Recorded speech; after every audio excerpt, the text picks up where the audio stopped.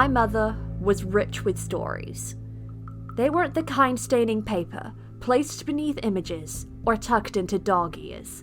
She didn't care for writing them down, or for publishing them, and gaining a second kind of riches. Her storytelling was traditional. She took after bards, performing her stories, giving those words meaning. To her, that was the only way she could tell them. Every time they'd have a new edge.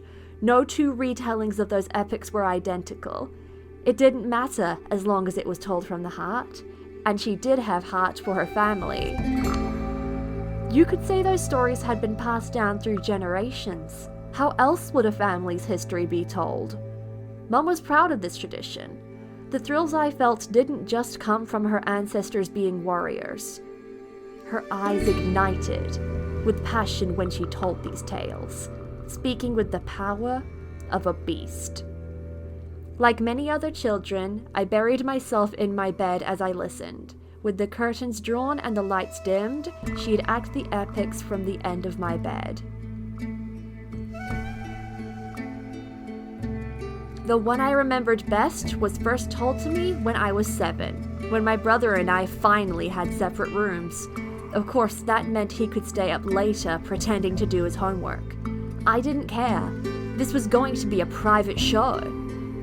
"I saved a special one for you tonight," she whispered as she pulled my sheets back. My face lit up. "Really? I've waited from the day you were born to tell you.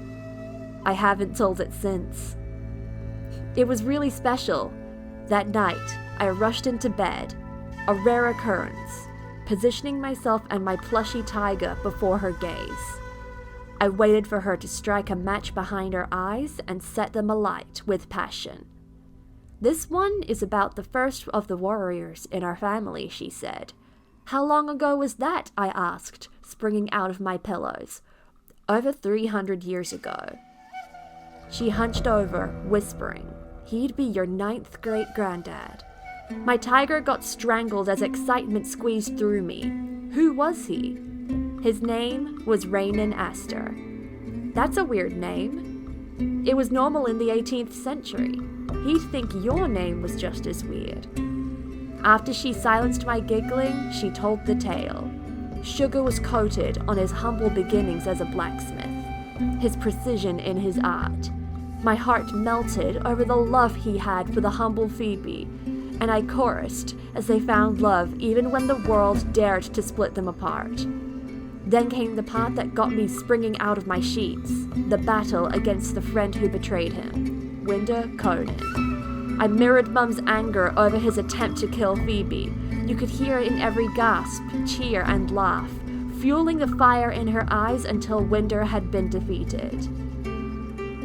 Nobody could tell it the same. Dad had tried, but he was just reading the story. He didn't tell it.